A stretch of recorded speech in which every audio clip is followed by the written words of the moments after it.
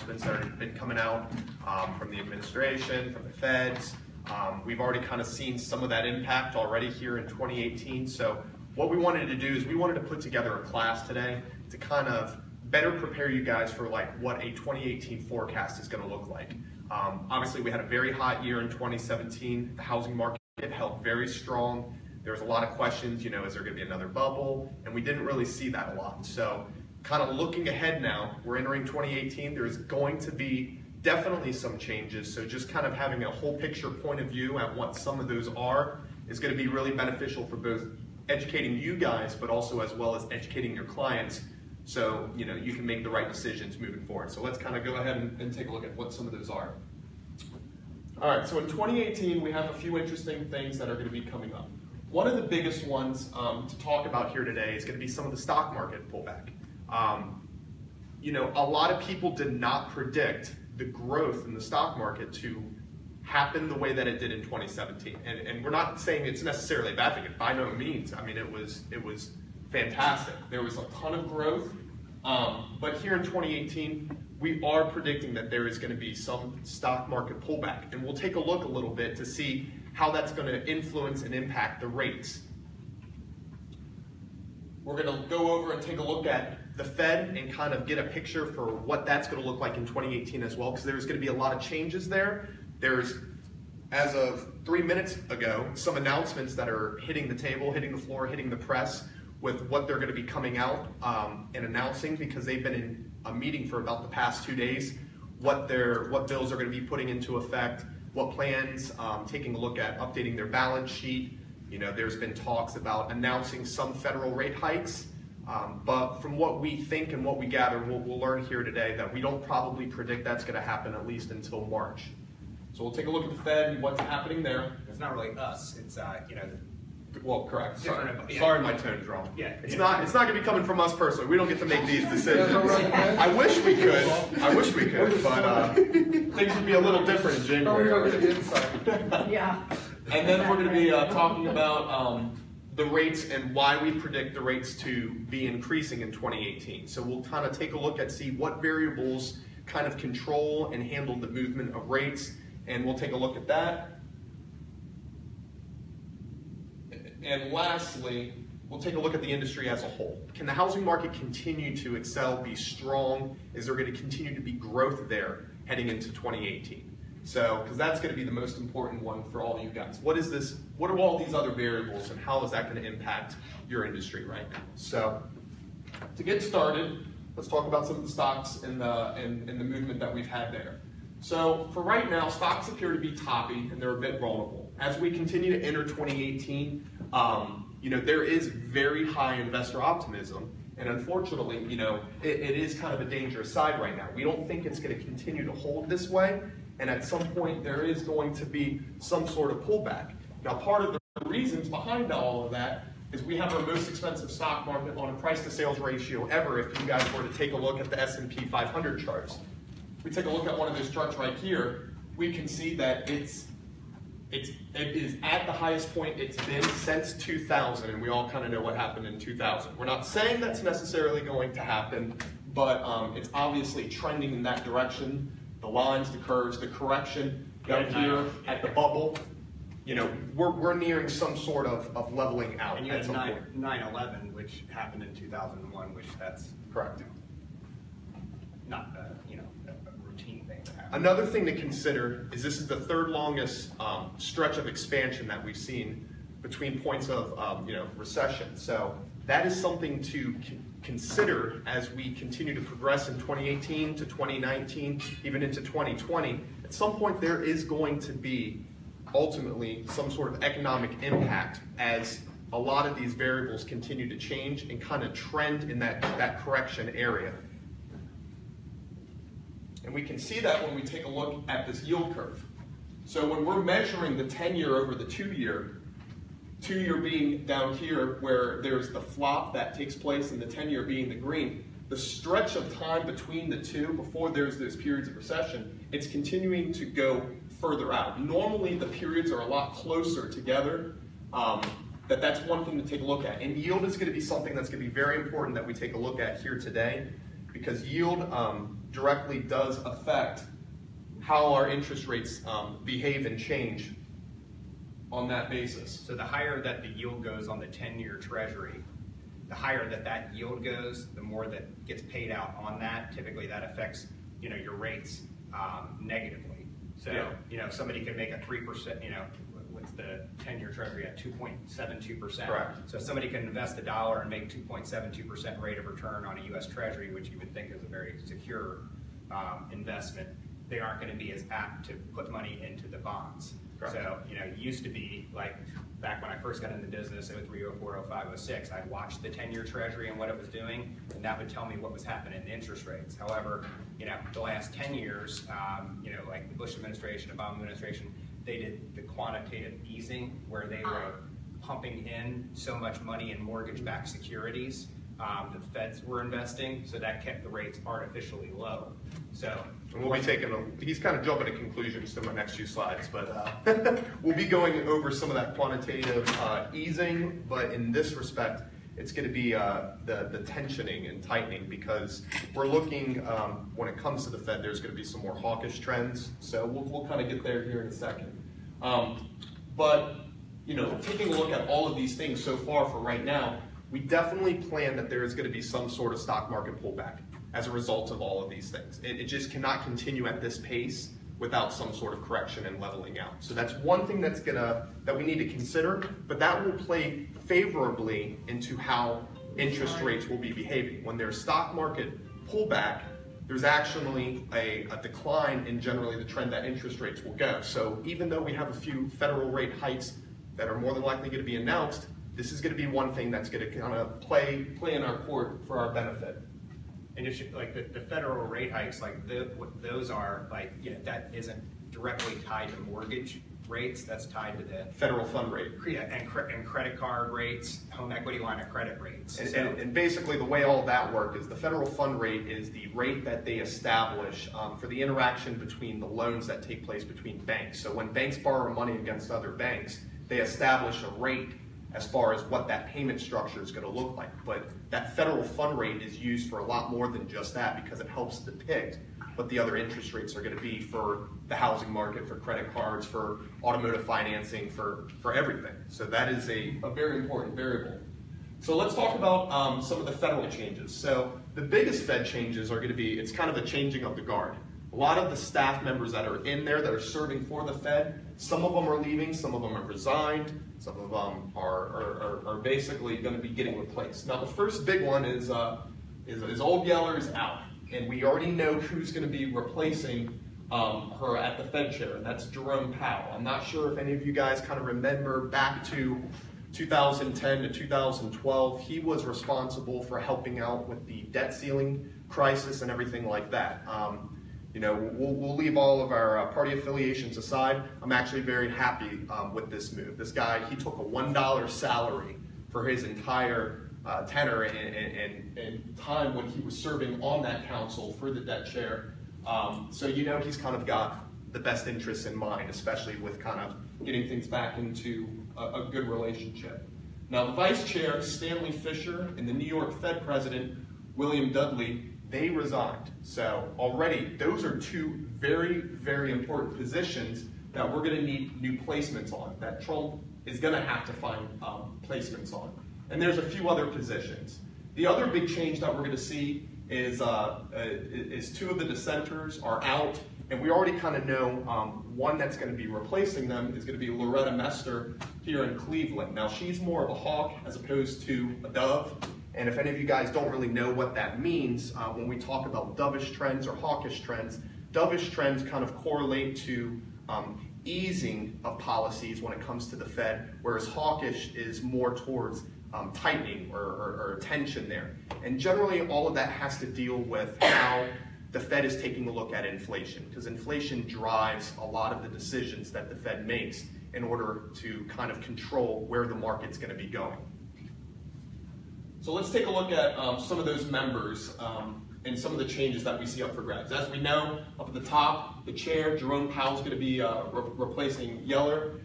We still need an appointment for the vice chair. There's still a few more positions for the Board of Governors that need to be filled. And as we see in here in Cleveland, we've already got Loretta Mester, who's kind of leading that charge right there. So there's going to be some additional changes here in New York, as well as here in Richmond.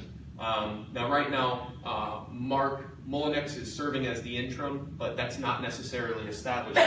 So with all of these changes, with all of these announcements, with all these forecasts that the Fed's kind of taking in place, we don't even necessarily know if they're going to come into fruition, because there's a lot bigger things happening in the Fed right now that can ultimately change everything that they're coming out with their announcement here today. And I think we're going to have an official statement or something like that probably around 3 or 4 p.m. So while this class is going to be great in kind of educating you guys as far as what the market's going to look like, still some information is continuing to come out day to day, and a lot of that can continue to influence some of the direction that we change.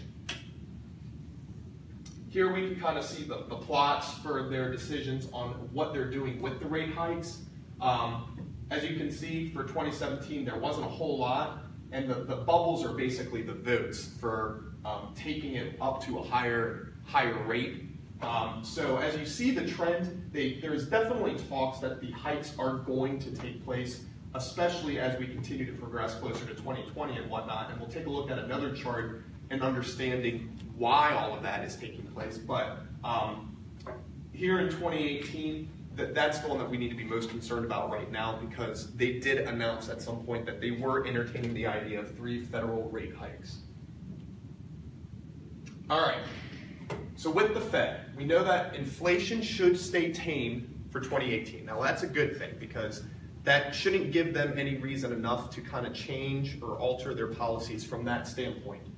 The stock correction could continue to help us in kind of battling the fact that there is going to be those federal rate hikes that have been announced. But the biggest thing that's driving the Fed to make these announcements towards the rate hike is what's known as quantitative tightening. And that's basically how much money that the Fed is reinvesting back into buying back some of the mortgage-backed securities and things like that, and investing their money back into the bonds and the stocks at that point. So let's take a look at this chart and what this kind of all means. So they put together a balance sheet for what the plan is going to be as far as how much they are pulling out of the money that they were otherwise reinvesting back into buying these mortgage-backed securities. In October, they started, and that's when they started with $4 billion. January, we've already seen a little bit of that effect and that impact. They pulled out $8 billion. April, July, October, etc.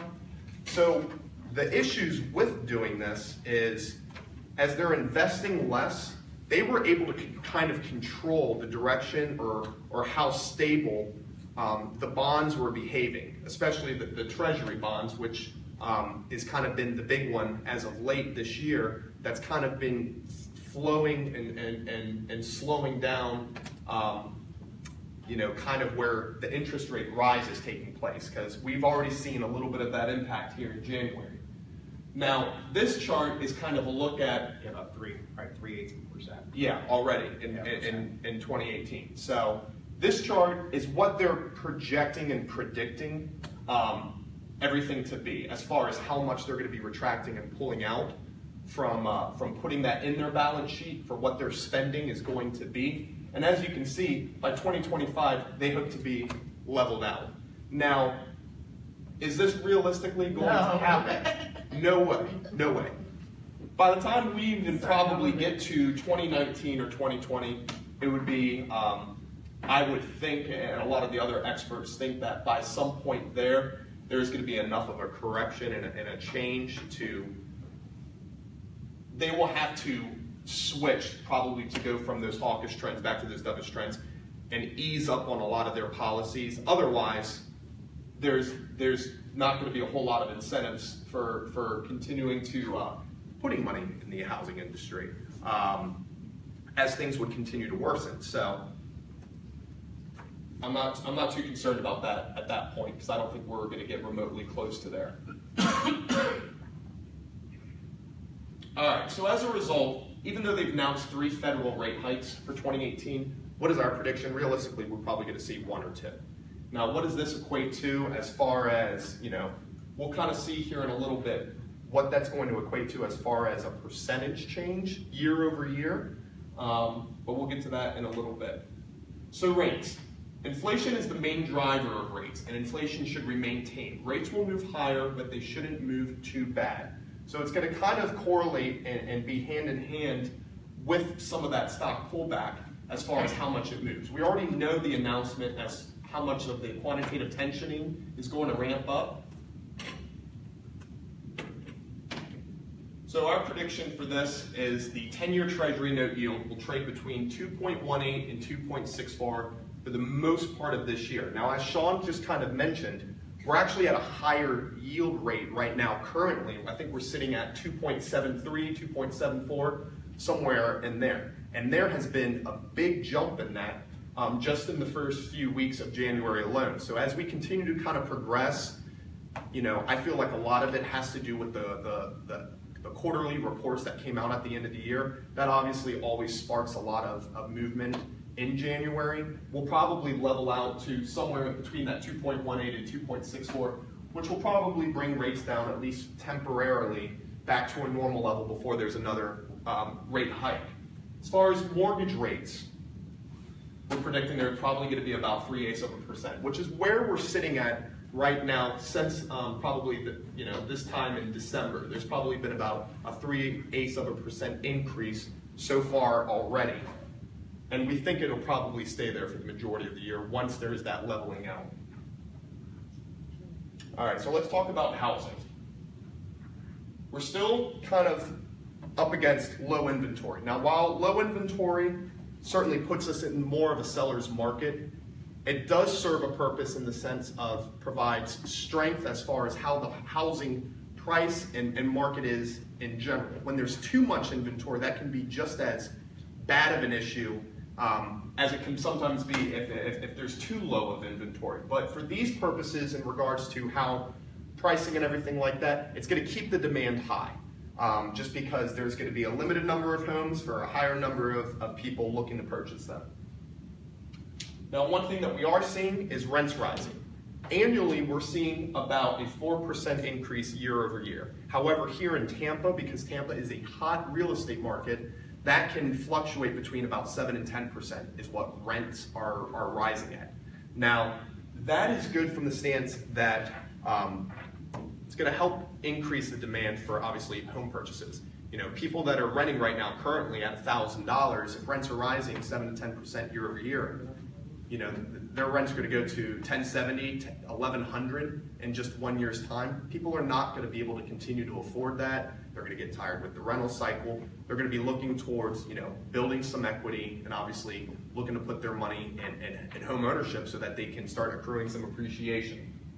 What was that rate again for the rents? 4 to 6%, you said? So rents nationally are increasing at 4%. However, here in Tampa, we're actually in the top 10 most desirable places to like move to and investors and basically new household formations. We're ranked number 7 right now. But our rental increases here in the Tampa area are between 7 and 10% year over year. Yeah, I'm not increasing my rents fast enough, man. All right, so as far as housing is concerned, we're going to see rates modestly higher, but it's not going to derail the housing market. Everything as far as the variables that go into determining how the market's behaving, we don't even think with the increase in rates, we don't think that we're anywhere near a bubble.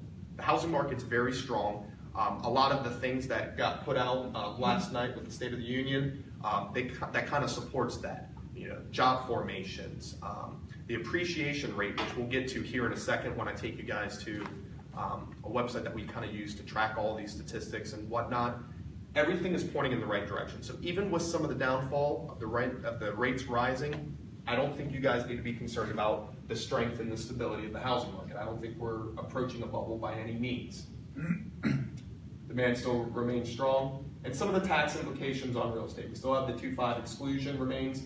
And as we can see, 4% of filers are actually utilizing the mortgage deduction due to the fact that they doubled the standard deduction.